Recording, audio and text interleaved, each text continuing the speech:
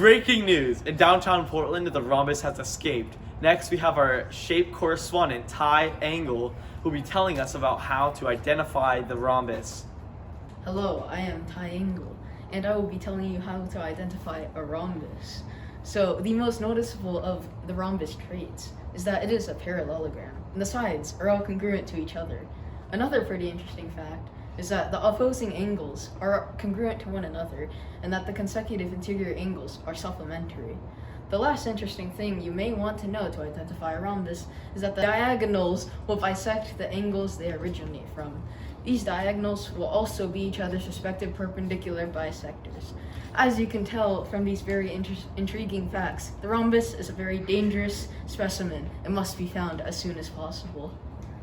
Beautiful explanation. And next, roaming around the streets in Portland, you will see many special types of quadrilaterals.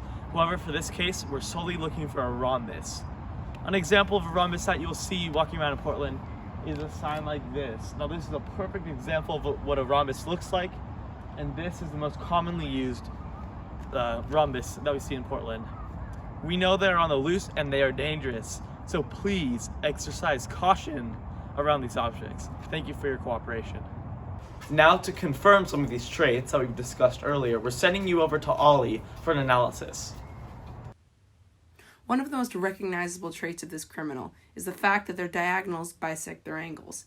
Don't believe me? Just watch. Here, I have to make sure the rhombus that I'm drawing has 4 sides, all of which are the same length. Here is the finished rhombus.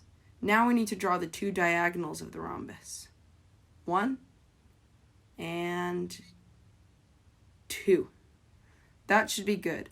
And our last step is to use this handy-dandy protractor to make sure the angles are being bisected by lining the edge of the protractor with the diagonal, then measuring the angle. And looks congruent to me. Now we'll do it again at another angle. 1. And for the second angle. There we go. Checks out. Back to you, Cam. Thanks for watching. In conclusion, thanks to Ty Angle, we know that a rhombus shares all the properties of a parallelogram. The opposing angles are congruent to one another, and that the consecutive interior angles are supplementary, as well as the diagonals will bisect the angles they originate from, which we proved with Ollie's diagram, and that these diagonals will also be each other's respective perpendicular bisectors. Make sure to exercise caution when going outside, and until the rhombus is found, he could be around your shoulder at any time.